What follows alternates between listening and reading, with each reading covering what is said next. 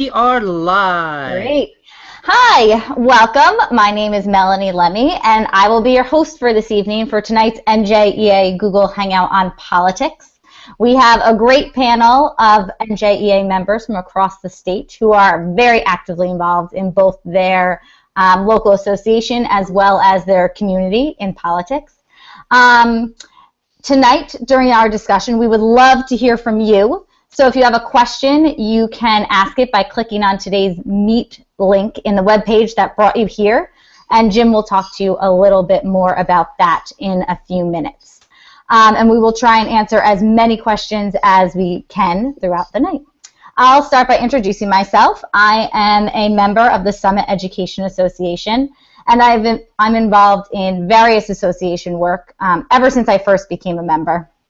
The first way I became involved was through the Legislative Action Team at the first school district I worked at in New Jersey.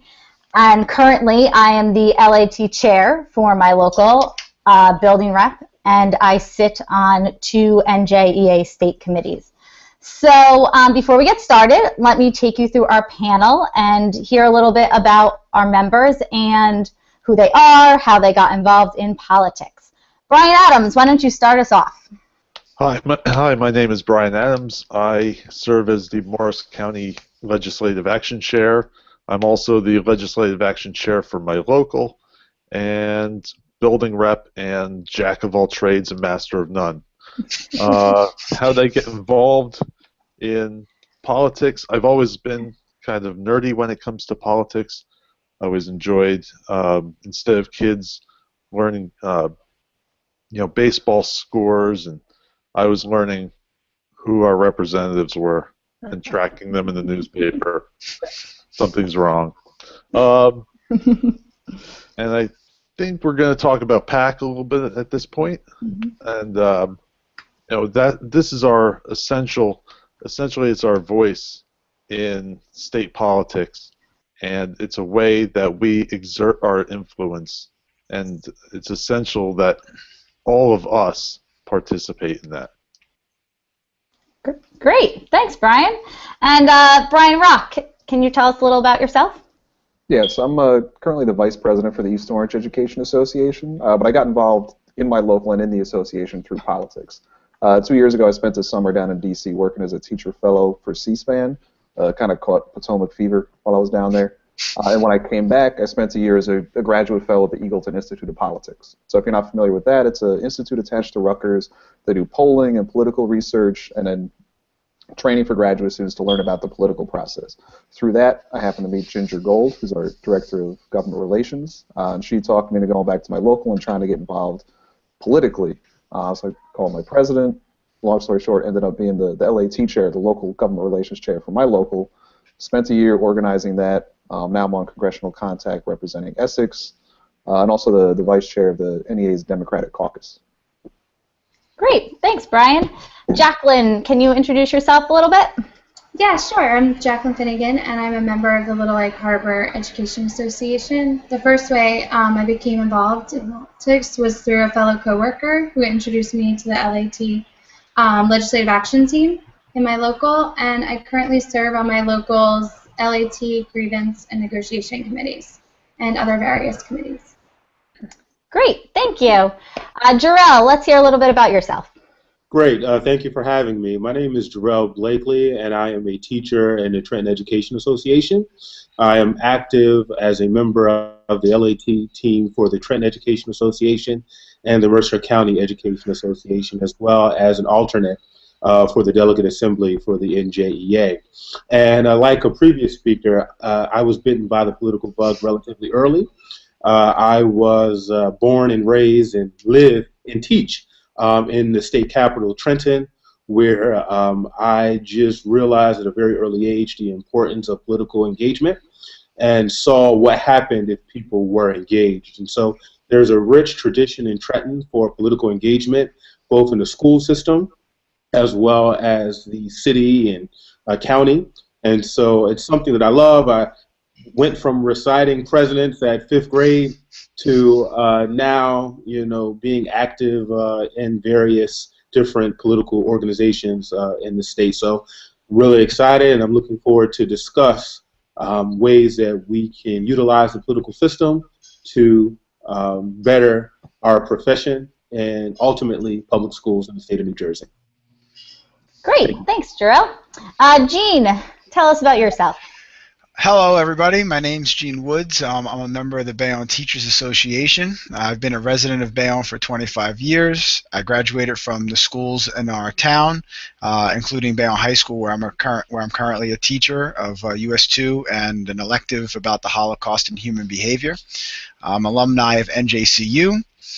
I was a member of our action team in 2013 to 2014. I've been trying to become a rep for the last 8 years, and recently becoming more involved in the Hudson County Education Association through the help of Jim Boice and Gabriel Tanglau. So shout out to those two people, and just ready to take part in tonight's event. Great, thank you. We are also lucky to have with us tonight MaryBeth Beichert. She is the NJEA Associate Director of Government Relations. MaryBeth, could you tell us a little about yourself and what exactly the NJEA Associate Director of Government Relations does? Sure. Hi, everyone. I am MaryBeth Beichert. I am a former 8th grade middle school literacy teacher. In my local, I was the recording secretary, I was a legislative action team chair, and at the county, I was a congressional contact chair. I also was an NJEA apprentice and an NJEA NEA intern with the minorities and women. So as an associate director, one of the things that we do is we legislate on behalf, we lobby on behalf of policies and regulations that impact our members, their profession, and public education. We also train our members how to be better legislative action team members and how to communicate, advocate, and organize their members around issues that really impact your daily work life. Great. Thanks, MaryBeth. Before we get into some content, let's say hi to Jim. He's monitoring the live chat. Hi, Jim. Hi, Mel, and hello, and thank you to our panelists. It's great to see everyone tonight. Thanks for giving up an hour of your time to share with us your expertise and your insight into involving members in politics. So my role tonight is to monitor the live chat. And so far, no takers in the live chat yet, Mel, but that, as you know, is their place to ask a question that I will bring to the group, and we'll see how they do with it. This is the 5th Google Hangout that I've had an opportunity to be a part of. Within the past year, NJEA's done 5 of them. They're all on njea.org. You can do a search for Google Hangout. They come up, they're recorded, you can watch them again. And this one, of course, when we're done tonight, will be uploaded there as well. So, Mel, how many participants are watching tonight from home? That's the question. Right now, I think we have about 45 people tuned in, which is great. And, Mel, I'll try to get those numbers to you throughout the Hangout, and we'll see if we grow. The other Hangouts had about 100 each night, and then the first Hangout we've done has been watched over 1,500 times ever since we uploaded it. So they're great, they're a lot of fun, and they're great resources even afterwards. So thanks, Mel, thanks, panelists, and I'm done, and I'm going to jump in the live chat because I see there's some activity in there. Great. Thanks, Jim. All right, so that brings us to our first question for the night, which is, why is politics important to our members? I think so often you hear members say they just want to go to work and do what they need to do and do the best thing for the kids, but politics really affects us. So let's talk about that. Jerell, could you start us off? Sure. Well, there's an old American idiom that states that if you're on the table, you're on the menu. And so if you look at engagement of public educators in the public education system, that would be very apparent. Now, before member engagement in politics, educators were at the whim of political leaders who didn't have a clue about public education. Teachers were fired for the most capricious reasons, gender and racial discrimination was rampant, and public schools were starved of resources. Now, if you look what happened after member engagement in the political process, teachers were able to be real co-partners with elected officials and contributed to not only making teaching a more honored and respected profession, but also making America's free and public schools the envy of the world. It allowed teachers to have the benefits we have now that we hold for granted, things like collective bargaining, pensions, tenure, due process, etc. And now we're in an era where a lack of political engagement spells lower salaries, more onerous testing schedules, ill-conceived curriculum standards, and just a general lack of respect for educators in general. So if we're not at the table, if we're not located in Trenton and DC and our local school boards to craft real and effective public policy for our schools, we are guaranteeing that our public schools will be on the menu. Thank you, Jerell. That was a great start off. Jean, could you expand on this a little bit, talking more about the local level? Absolutely. I feel that local politics are extremely important because they have a great effect on our livelihoods. I mean, voting in our town or city's elections and getting the right people into those positions, it's very crucial, especially when it comes to funding or support for our schools. As Jerell said, you know, if you're not at the table, then you're on the menu. And when you're thinking about that locally, you do need to be extremely involved. From 2009 to 2014, we worked without a contract in Bayonne. And it took a lot of pushing, and the mayoral candidate that we had endorsed, we campaigned for him, he won, we received a new contract that following year, but now we're back to the negotiation table again, almost down the same path we were 5 years ago. With some of the other efforts that we were doing, we're able to force an elected board to be brought in. It's been almost 35 years since an elected board had come to our town. It was appointed by the mayor for those 35 years. So we're hoping tomorrow, since, you know, remember, Election Day, not only the legislative districts, but also many locals have boards are up for vote, and our board is up for vote. So that's kind of where I look at it from the local standpoint. I mean, state politics are very important, but definitely being active locally is a very good idea. You know, being at that table and not being on the menu, as Jerell said. Great. Thanks, Jean. Let's take it one more step back. Brian Adams, can you talk about why politics are important at the county level? The county level is where we're going to find the farm team that are going to move up to the state level. And as the state level, as we all know, Chapter 78, park testing, all of this legislation that affects our daily lives in our classrooms and our paychecks all comes from Trenton. And all these county leaders want to move up to the big time. And so it's important that we focus on the county level and that we get this farm team built. And when we move these people up, we have some influence. We've worked with these people. They want to listen to us.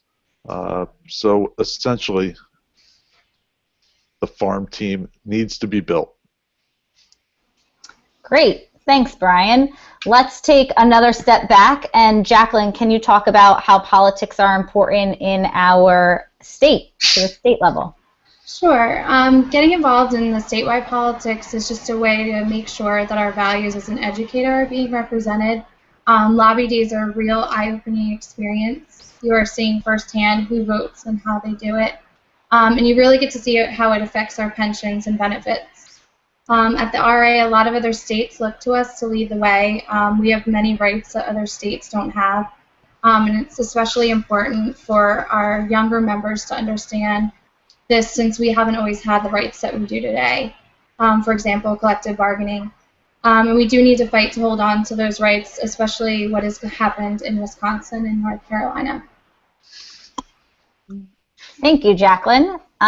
So that brings us to the final step, to the federal level, which I'm going to pass it to Brian Rock, but I also want to let everyone know that Suzanne from the live chat has asked a question. Brian Rock's going to touch on this as well, and her question is about endorsements. So, Brian, when you talk a little bit about federal politics and why they're important, can you touch upon that? Sure. So I'll start a little bit talking about policy and why that matters to us, and then I'll talk about the endorsement process. So, federal politics, often we may think it's not relevant in education so much because the Constitution, in theory, leaves that up to the states, leaves that up to the municipalities, especially in New Jersey where we have home rule. But for the last 50 years, the ESEA, Elementary Secondary Education Act, tied federal dollars to education policy. And so that allowed the federal government to set a lot of constraints on what states and municipalities did when it came to setting up schools.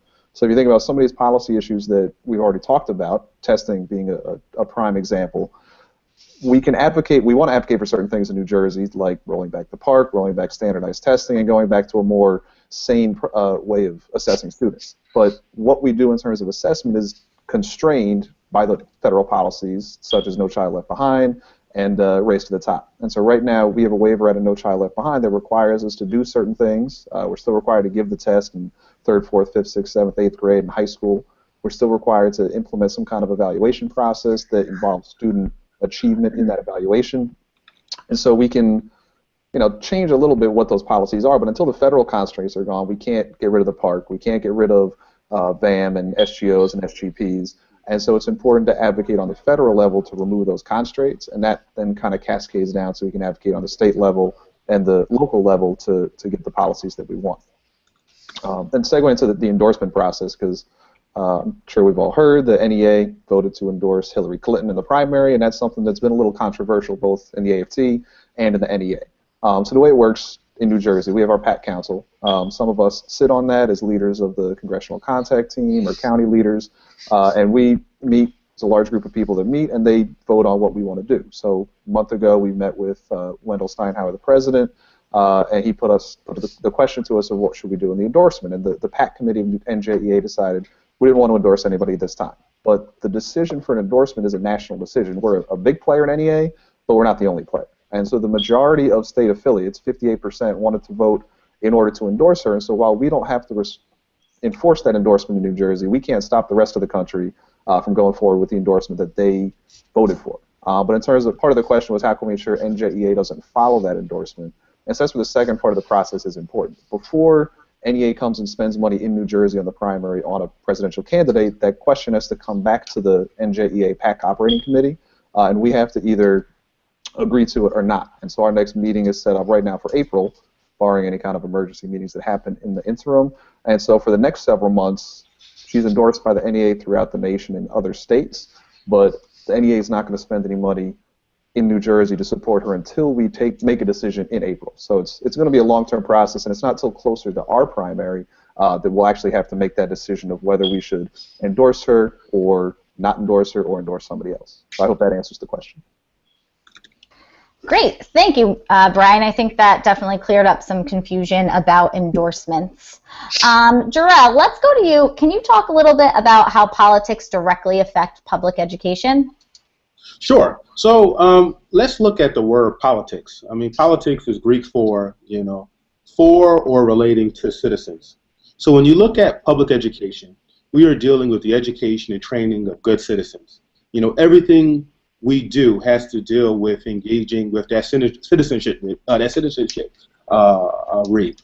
And so, public education is the one public institution that most Americans will have some interaction with, either as a student, an employee, a neighbor, etc. And so when you look at public education, it's probably the most political of professions. The political process determines who teaches, what we teach, how it's measured, how long we're in work, how much we are paid, how much we pay in taxes.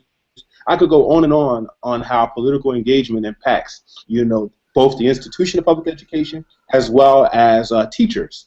And so when you look at teachers as the largest employer of Americans, as well as teachers being the largest actual profession, we should definitely understand that political engagement really impacts everything that we do. And so, like I said, I always go back to my initial statement that if we're not at the table, we're on the menu. History has shown us that when we don't engage politically, we become victims. And America was able to have the greatest public school system in the world by the investment and participation of public school teachers. Thanks, Jerell. I like how you took us full circle there from the start to now. MaryBeth, could you touch upon this topic from your viewpoint through NJEA? Okay, I'm delayed. I just came back online here. I was disconnected. But what I did hear from you, Jerell, is absolutely right. We're public employees.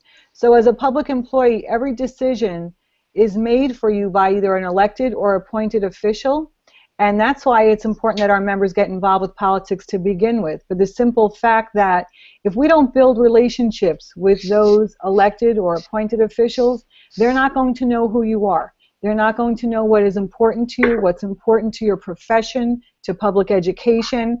And the fact of the matter is, the more we can build relationships with these legislators and state board members and other appointed officials, then the more of a chance we have of them really understanding what our issues are and how they impact our members' daily work lives, public education, and just students in general.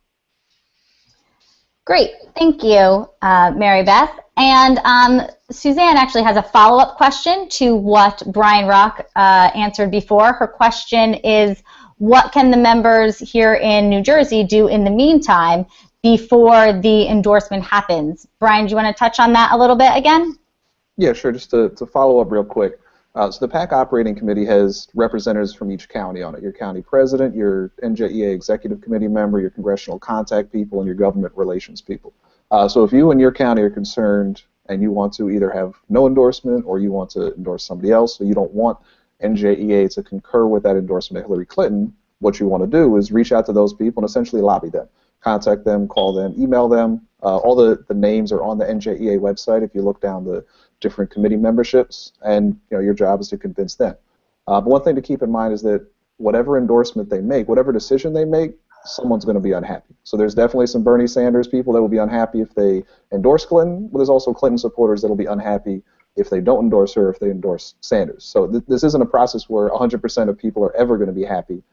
So make your voice heard and reach out to people, but understand that not everyone can be happy at the same time. Thanks, Brian.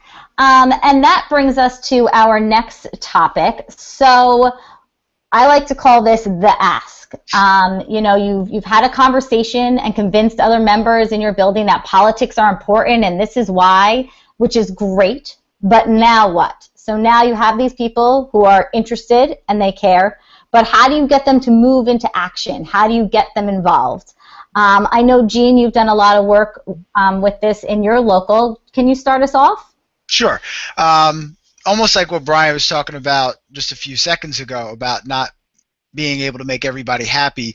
When you're trying to get members involved, you have to try different things because one thing doesn't work for every member.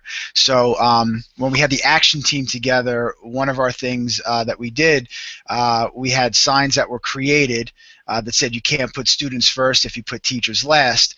And one of our members, Jen Cirilico, was very, very intricate in putting the signs up and having them put up around the town. So when you drove around the town, you saw members had it in their windows, but also community businesses had it in their windows. Regular citizens of the town had it in their windows or hanging on their porches or on their lawns. So we were engaging non-members and members through that.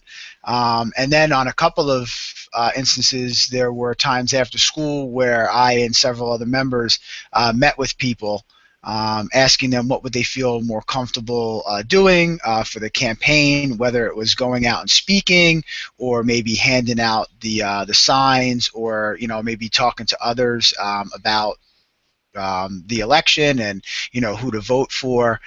So it's a good way to get members involved. Usually doing the one-on-one thing tends to work.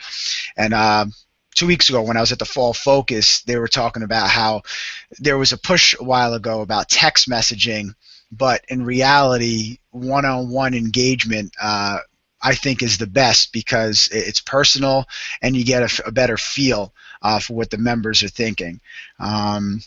And then when we didn't have our contract settled, when our new mayor was elected, we talked to the members again, and then it was about 200 of us who showed up at City Hall on the mayor's when he was going to address the city about some issues going on. So It's just engaging the members, and sometimes it's really important to engage them one-on-one as opposed to trying to do it in one large shot. It's just, it gives a better personal feel, and especially when it comes to politics, one-on-one connections, I think, are very, very important for that. So. Thanks, Jean. Jerell, let's talk.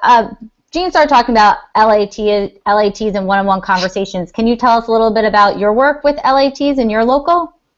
Sure. So I really want to talk about how LATs can be an excellent forum for participation of all members. Our counties are incredibly diverse. In Mercer County, there's about 10 miles that separates Trenton and Princeton, but those are two different associations with real different priorities. And it's just not Mercer County. You look at Camden County, Cherry Hill and Camden are right next door, huge differing priorities. Look at Essex County, Short Hills and Newark, relatively close, huge challenges or huge differences. And so LATs on a county level are great forums for different associations with differing priorities to unite around common issues. So for example, in Trenton, last year we were faced with massive and crippling layoffs, and we were supported by LATs from across the county as well as the county LAT. Folks understood that what happened in Trenton at night could quite possibly happen to them in the morning.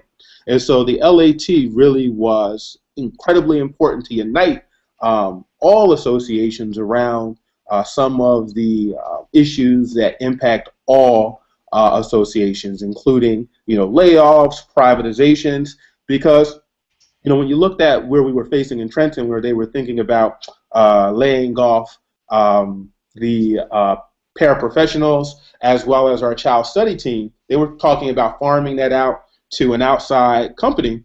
That was going to be looked at by other school boards and saying, hey, if they do that in Trenton, can't we bring that to our town? And so we really use the LAT in Mercer County to unite all of us to make sure that we all are addressing all of these challenges. Great. Thank you, Jerell. MaryBeth, can you bring a little more insight into LAT from your perspective? And also, can you talk a little bit about organizing around our pensions and what has been done? I know one of our audience members had sent a question about that to Jim in the live chat. Terrific.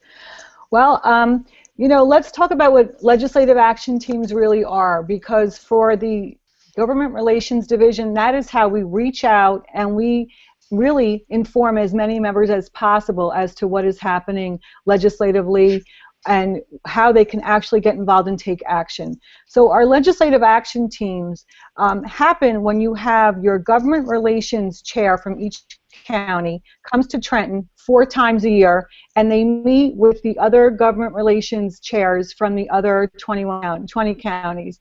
And they have a meeting. We provide information for them, my colleagues and I. We talk about the latest legislative bills that are up, any kind of regulatory changes from the State Board of Education, anything that we need our members to know about so that we can arm them and they can go back to their members. Once they have our meeting in Trenton, they go back to their counties, and each county sets up 4 or 5 meetings a year with their lobbyist, which is me or my other colleagues, and we set up our calendar for the year as to how many times we'll meet and the work that we're going to do. So each county will meet. They have a set agenda that we create down in government relations. That can be tweaked depending on what the county needs. Like Jerell told you, if a county needs a certain thing, we can put that in there as a different training. But we pretty much have a set agenda about information we know that we need to get out to our members. So once we have the county legislative action team meeting, each local is invited to send a representative from their school to that county meeting, and they in turn will reach back into their local association and try to find a legislative action team person in each of the schools within their local. And that's really how we build a really strong structure that we know then can communicate all the information our members need to know in order to organize and take action on. As far as pensions, we did a lot of that through our LATs, last year. As you know, we met with every legislator in the state, all 120 of them, and talked about what not having that pension funded would do to our members and their families, as well as what it would do to public education. We were able to do that because we counted on our LAT members to come with us and to sign up for those meetings, as well as other members who are not so involved. So we use that as our strong arm, more to speak, because the members of our LAT meet with their legislators throughout the year. So they develop relationships, they build those relationships, they can call up their legislator and talk to them about pensions as well as other issues. And that's how we were so successful with some of the park legislation and pushing that down. But we're still working on the pension. That still has to be done. And the stronger we can build our LATs at both the county level and then again at the local level, the stronger we are when it comes to being able to persuade legislators to really understand what these issues mean to our members. So our legislative action teams are the way to go. And Suzanne, I really advise you to get involved. Find out from your local president if you can become an LAT member. We're always looking to build that structure because the stronger we are, the more we can accomplish together. And this really is the way we get business done in my division, because we're only as strong as the members who back us up when we have to go and lobby. And I hope that answers what you needed. Thank you, MaryBeth. I think that gave great insight. And Brian Rock recently started up an LAT in his local. So Brian, why don't you tell us a little bit about that? Yeah, so I just want to echo what MaryBeth said there, that the local level of the LAT is really the critical part to getting action taken. You know, somebody said before that face-to-face asks are a lot more effective than an email or some kind of text message or some other way to contact. We're only as strong as the... Mm-hmm. So and setting up the local LAT is the way to do that. So last year I started fresh as the local government relations chair, and when I took over, we didn't really have a functioning LAT. There were a couple people on my committee, but there wasn't much of a structure. And so the first piece of advice I'd give to anyone that's in that position is it's a daunting task, especially in a large district, and just take it one piece at a time. So take a building and just work on finding a person there and then move forward from there. But the other thing I would advise is to look elsewhere. Look to people that have done it before you in other districts that have done it well, and then replicate what they've done. So one of the first things I did when I took over was ask some of the people in other districts of a similar size how they got started. So I talked to the guy in the town where I live, Edison, asked if I could come down to his meeting. He said, oh, sure, invited me down. And what I saw was really impressive. He had about 3 dozen people show up to his LAT meeting, which is almost as many people as we have show up to our rep council meeting in East Orange. And the people came in, he ran his meeting, he gave everybody a task to do, and they went back to their buildings with an ask made by Bill that they could do something to help organize for the upcoming budget election. And so he's got a structure in place where when he goes to the Middlesex County LAT, he gets information, he can bring it back, and he can pass that along to all those buildings, and then that the structure works well. But he also told me that that was a long-term thing that they built up. When he started, it took about 3 years to put all those pieces together. So if you're coming in fresh in a large district like East Orange or like Edison, where you got 2-3 dozen buildings, don't think you're going to do it overnight. You know, pick a place, find a person, pick another place, find another person, and it might take 2 or 3 years, but once you get it in place, it'll be self-replicating. You know, if you have most of your buildings represented and one falls out, it's easy to find a replacement. So, one piece at a time. Great. Thanks, Brian. And I have exciting news. Jim just told me we are up to 65 people watching, so that's very exciting. And we have another question from our audience, and this is from someone who's feeling very torn between where to put her efforts, whether in the local that she works in or the community that she lives in, and how to split her time between the two. So, Jean, do you think you could start us off with that question? Sure. For me, it's different. I live in the community. Like I said, I've been a resident here for 25 years, and I also teach in the community. But I still feel that torn issue. Like Brian was saying, if you have a larger district like ours, we have 12 elementary schools and 1 high school, so we have a pretty huge district. So you got to really pick where you want to target first, and then kind of spread it from there. So, you know, you make some of your connections like I have through our buildings and through other people, like Brian was saying, maybe from other districts, to like learn their models and just listen, and then start conversations one-on-one with members in your building, and then you build upon that. So if you're in your community like I am, you know, I'm able already to reach out to some people, you know, neighbors who I see, and talk to them about what's going on.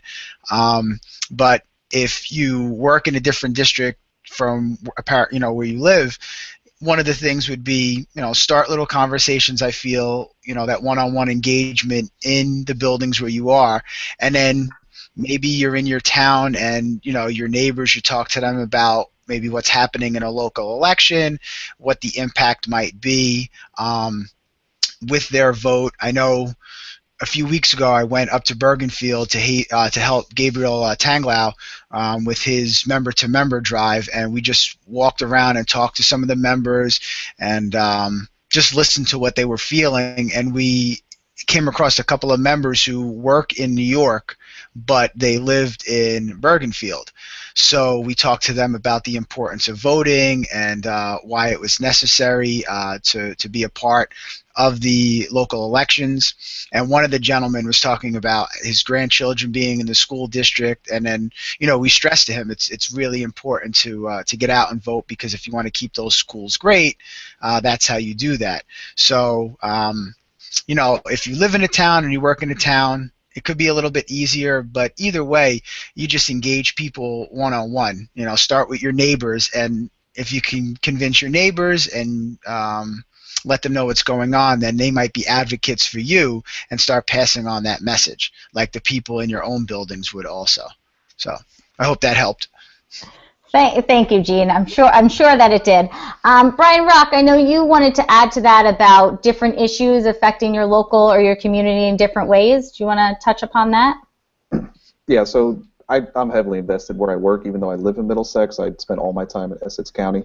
But my advice would be to, if you're focused on board of education stuff, I would definitely focus on where you work, because that's what impacts your day-to-day life in school. People that signed your contract, people that set your curriculum, all that. But if you're worried about, let's say, pensions or different kinds of state-level issues, pick the place where you can have the most impact. So like Jean, I went up to Bergenfield to help out. And oh, yeah, that's right. You were sitting right across from me, Brian.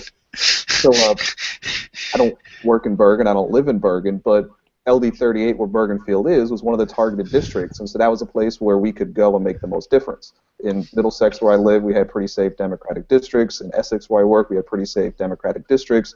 So I did some organizing in Essex with my people, but I wanted to go out and help somewhere where it could make the most difference. And so when you're focused on state stuff, all the state legislators make all the policy for everyone. So even if you don't live there, it still pays to go help organize there, and still pays to kind of make the change everywhere so that we can change state policy. Great, thank you, Brian. Jerell, I know you wanted to touch upon this as well, since I know you're very active in both your local and your community. They happen to be the same place now. There you go. But I want to touch on what Brian said. You know, it's really important to understand that there's certain districts or certain types of districts in the state of New Jersey that are under attack. If you look at our urban districts, what's going on in Camden and Trenton and Newark is really about the destruction of public education as we know it. And so I would recommend that you also look at where it's needed at. Because if things keep going the way that they're going, there won't be a Camden Education Association in 10 years. If you look at public employees, and how our unions are actually being wiped out because our public employees are being wiped out through privatization measures in our urban centers. And so whereas a few years ago in Trenton, there were, the lunch ladies, the lunch folks were union members. If you look in Trenton also, the security guards were unionized. Now they are not. They are private, controlled, and run by privatized organizations. And so if you're looking for a place to invest your time, your talents, and your energy, I'd really recommend that you look to your nearest urban district and really figure out a way that you can participate, because like I mentioned before, they're coming for us tonight, and they will come to other districts in the morning. Oh, man. Great. Thank you. Thank you so much, Jerell. So another question from our audience here was the difference between PAC and LAT. They're acronyms that we use a lot, and they do have some things in common and kind of float down the same stream here, but they are two very different things. So Brian Adams, can you explain a little bit the difference between PAC and LAT?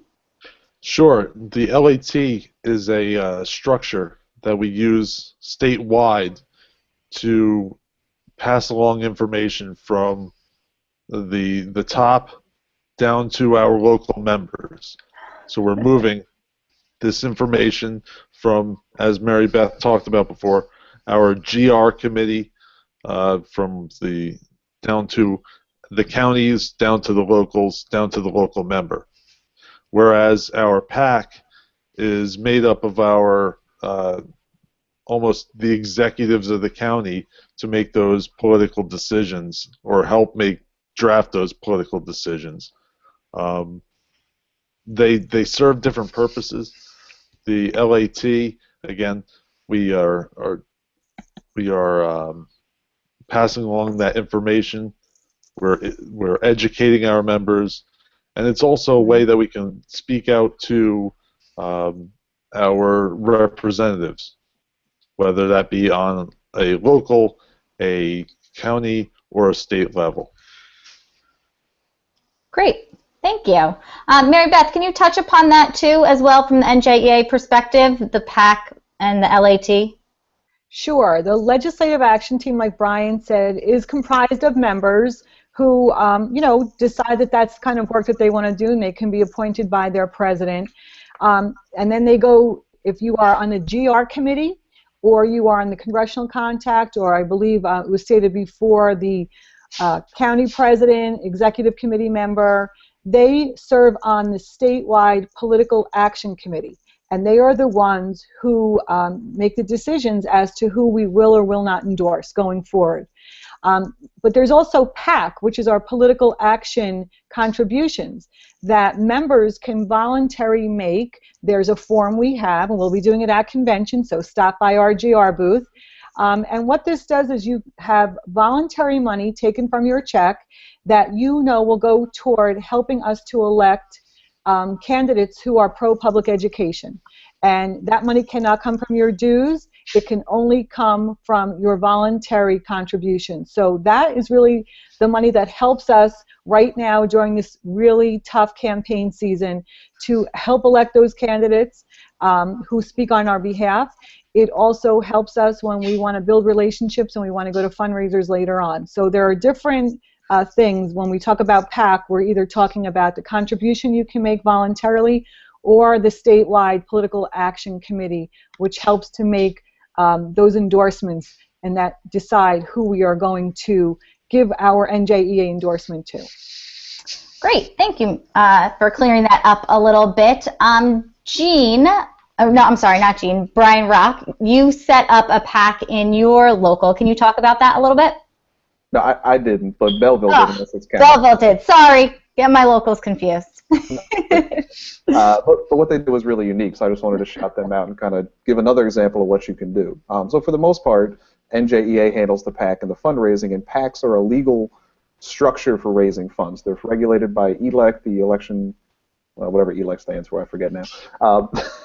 And so there's financial disclosures and things that you have to file. So for the most part, it's easy to just let NJEA handle that. But what Belleville decided to do was set up their own PAC, and so their LAT people, Deanna and Phil, decided to set up a political action committee. They filed the papers with ELEC. They raised money from their members, taking the same kinds of voluntary contributions. They have fundraising events where they'll have a dinner and charge $20, $30 a head to get in.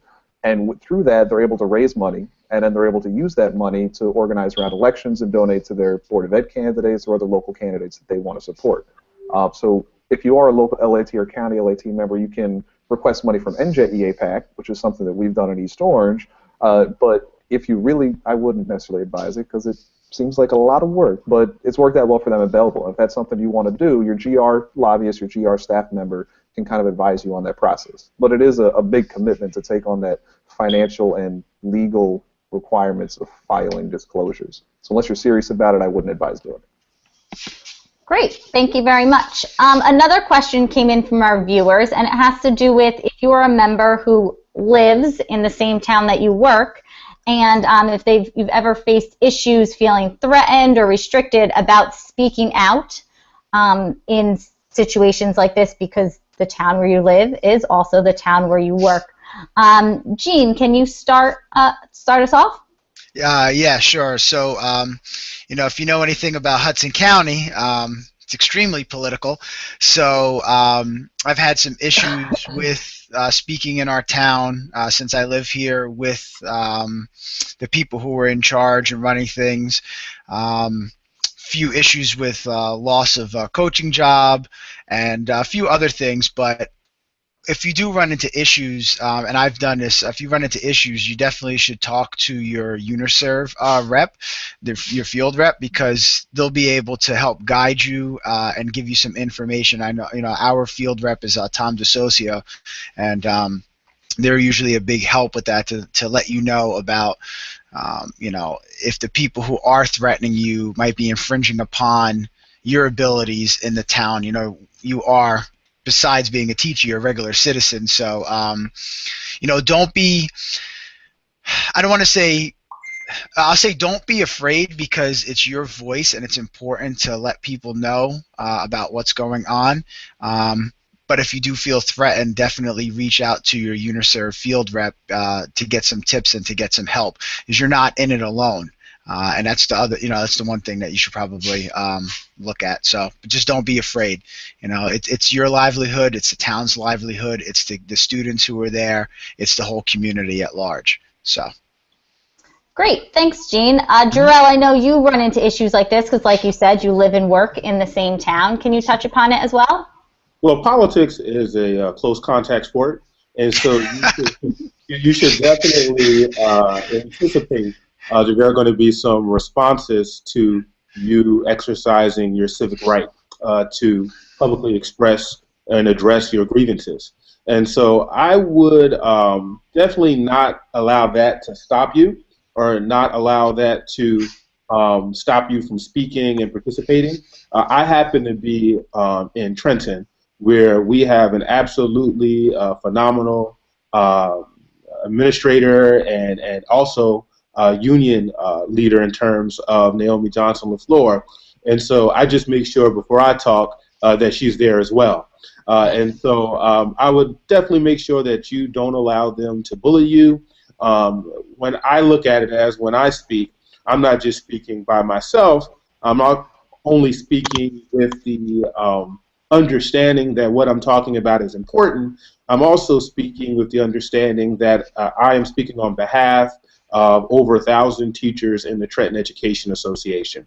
And so allow that to undergird you and to give you some courage. And if there is a challenge, you want to make sure that you understand that you're not going in alone, and that you bring in the cavalry.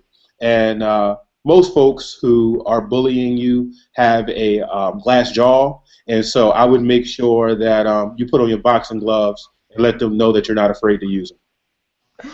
Great.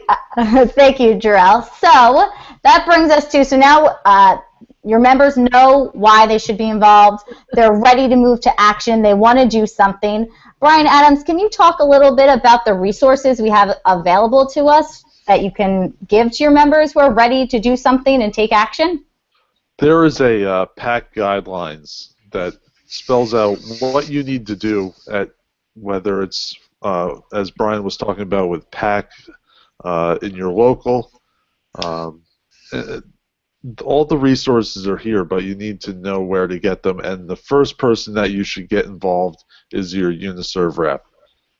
They know what's going on in your local. They know what's going on in the community. They know what's going on in the region. So I would reach out to them first. and they will help get you the resources that you need. But first, you have to make the ask. Sorry, I was talking when I was muted. Sorry, friends. Thank you, Brian. So, MaryBeth, can you add a little bit to that about all the resources that we have available through NJEA? Sure. Brian told you to reach out to your field rep, and that's absolutely correct. But if you're going to talk politics, you should also, establish that close relationship with your lobbyists. That's what we're here for. There are PAC guidelines that we can facilitate you through, so that you would understand exactly what your local should and should not do, and when they want to engage in getting involved with the political landscape. But more or less, there are other resources as far as, how to start establishing relationships with your local, with your county leaders, as far as those freeholders, as far as your town council, as well as your legislators within your district, because your LAT is really, that is work it's going to do all year long. It doesn't just happen once or twice at your legislative dinner. It's really a relationship that you want to build all year long, and you need to start doing that within your locals as well when it comes to local politics. Everybody here, I know everybody in the school always does things for the community that we don't necessarily advertise, but that's when you should be inviting elected officials and letting that your schools do. Great, thank you, Marianne. And Brian, let's talk about a little bit of the organizing experiences you've had with your local. Brian Yes. Rock, sorry. So to build off what MaryBeth was saying about accessing your GR person, your lobbyist, they're a great point person for information. And we're trying to organize information is what you need to get it done. You need contact information, addresses, and or phone numbers, because the main way to organize people to contact them is either to knock on their door and talk to them or pick up a phone and call. So whether you're going with the example Gene and I talked about. Everything that's happening. So we have actual relationships then. So whether you're talking about canvassing like Gene and I did in Bergenfield, or tonight for get out the vote for Election Day, we did phone banking in East Orange. You can get access to lists of people that live in your local community from your GR person. They have the voter registration rolls, so you talk to your lobbyist. They can send you the list. They can break it down by active professional, ESP, retired. They can let you know who is registered versus who isn't if you want to do a voter registration drive. They can let you know where people work, even if they live. If they're NJEA members that live in your community, they may work somewhere else, but you can still contact them for local organizing opportunities. And so if you're trying to set up either a phone bank or a canvas, you need the information to do that, and then you provide the labor, the people, the GR people in Trenton provide the information that you need to get it done. Right. Something else that we're working on this year in East Orange moving forward, now that Election Day is over, is PAC contributions. So we talked about the PAC a little bit before, and PAC comes from, like we said, voluntary contributions. But you may be surprised at how few people in your local actually contribute to PAC. And so you could just go around and ask everybody to contribute, but it's a lot more effective if you can target people that you know have it. And you can go up to those people with one-on-one conversations to say, hey, I want to let you know about PAC. We need some contributions to help support our candidates and get people elected. And again, that's a list of information that you can get from your GR person. I talked to Mike Flynn, who's our GR guy in Essex, and say, can you get me a list of everybody in East Orange who does contribute to PAC and who doesn't? And now we've got that list. We organized it by the building, and over the next few months, we plan on contacting those people one-on-one, talk to them, and try to move them from being non-contributors to being contributors. But it's all about that data that GR was able to give us that makes that possible. Great, thank you so much. And that brings us to our final question of the night. I'm going to head over to Jaclyn because I know she's worked a lot with early career members. And how can you get early career members involved in politics? What's a good way to get them in there and have them be successful? I have found like a good strategy you can use for getting them involved is approaching them in that one-on-one setting and just approaching them personally and asking some questions such as, you ever experienced this? Would you like your voice to be heard? And also just sharing your own story. And I feel that there's a lot of people that feel that way, and then once you get involved, you really get hooked and feel like you make a difference. Great. Thank you so much. So thank you for joining us tonight. I think that is all the time we have. I hope we were able to answer a lot of your questions this evening. I want to say thank you to my panel for being such great sports and sharing their insight with us, as well to MaryBeth for joining us, and of course to Jim Boice for putting this group together. I hope the information was useful and everyone is feeling energized and empowered and ready to get out there and make a difference. For more information on anything we discussed here, you can go to njea.org/LAT. And to see this or other Hangouts, you can also go to njea.org/early career member. And don't forget to get out and vote tomorrow. You can find the list of 57 NJEA PAC endorsed candidates. And you should all know what that means now if you're paying attention. Go to njea.org and click on Issues and Actions and then Elections. Thanks again for joining us tonight, and have a good night.